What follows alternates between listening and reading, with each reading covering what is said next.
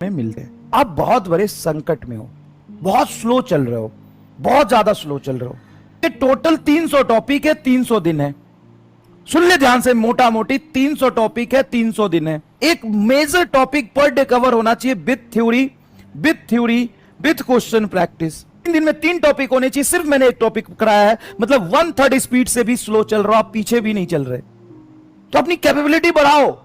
Slow fast अगर है तो अपनी ड्यूरेशन बढ़ाओ, पढ़ने का टाइम बढ़ाओ, फोकस बढ़ाओ, कंसंट्रेशन बढ़ाओ। बाकी चीजों से जगह टाइम कट करके यहां पे दो। आपके पूरे 24 घंटे के समय में से ना बाकी चीजों के लिए धीरे धीरे समय काट दो। अगर तुम 10 मिनट भी इंस्टाग्राम यूज करते हो तो बंद कर दो। तुम 20 मिनट भी यूट्यूब चलाते हो तो बंद कर दो। अगर तुम आधे घंटे भी अपने दोस्तों से बात करते हो, 1 घंटे भी फैमिली से बात करते हो, बंद कर दो। और वो आधे घंटे, 1 घंटे, 20 मिनट, 25 मिनट यहां दो। नहीं तो बहुत भारी संकट में हो जाओगे। और 90% बच्चे ना लास्ट के 2 महीने 3 महीने में जाके सीरियस होते हैं।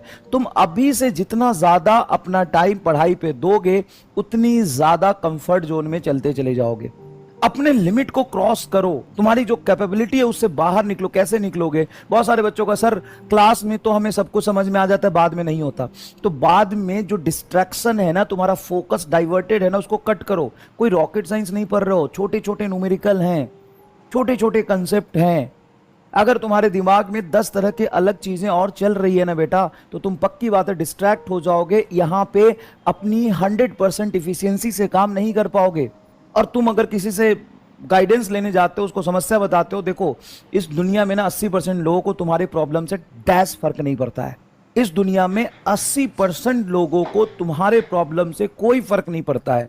अगर तुम कल को बोलोगे भी ना मेरे साथ ये समस्या थी, रिजल्ट मायने रखता है। कोई समस्या, कोई डिफिकल्टीज, कोई तुम्हारे पास साधन कम है, उनसे कोई नहीं सुनेगा। 80% लोगों को कोई फर्क नहीं पड़ता है। सर बचे 20% लोग तो हैं नहीं। वो जो 20% लोग हैं वो खुश होंगे ये जान के कि तुम उस प्रॉब्लम और समस्या में हो। मैं पढ़ना बहुत चाहती हूँ लेकिन मैं डिस्ट्रैक्ट हो जाती हूँ। अच्छी बात है ना, तू डिस्ट्रैक्ट हो जाती है ताकि पढ़ने वाले बच्चों को फायदा मिले, तू और हो डिस्ट्रैक्ट। मेरा मन नहीं लगता है, अच्छी बात है बेटा, तेरा भी मन लगने लगेगा तो कंपटीशन बढ़ जाएगा, अच्छी बात है। डिस्ट्रैक्शन बहुत बहुत बहुत ज्यादा जरूरी है। डिस्ट्रैक्शन बहुत बहुत ज्यादा जरूरी है। डिस्ट्रैक्शन नहीं होगा तो साला कंपटीशन नहीं बढ़ जाएगा। डिस्ट्रैक्शन होना नेसेसरी है, नेसेसिटी है, होना ही चाहिए डिस्ट्रैक्शन।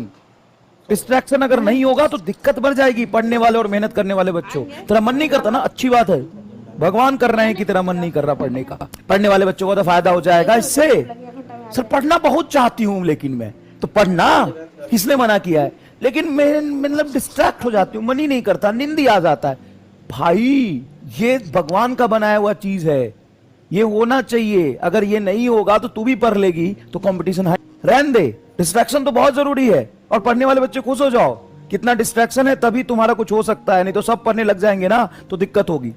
और टाइम नहीं मिल रहा है, ये प्रॉब्लम है, वो प्रॉब्लम है। दुनिया में 80% लोगों को ना, 80% से ज्यादा लोगों को ना डैश फर्क नहीं पड़ता, वो सुनना ही पसंद नहीं करेंगे, कोई मतलब नहीं। और सुन दूसरी बात, बचे हुए 20% को खुश होता है ये सुन के कि तुम किसी प्रॉब्लम में हो। तो तुम अपनी समस्या खुद ही समझो, खुद ही लड़ो, खुद ही आगे बढ़ो। और गाइडेंस वाइडेंस कोई काम नहीं आता है।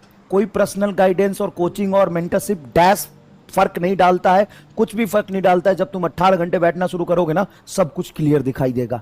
साले बैठने की औकात तुम्हारी 4 घंटे नहीं है। Mentorship, guidance and personal mentorship कर दो सर, थोड़ा गाइड कर दो सर।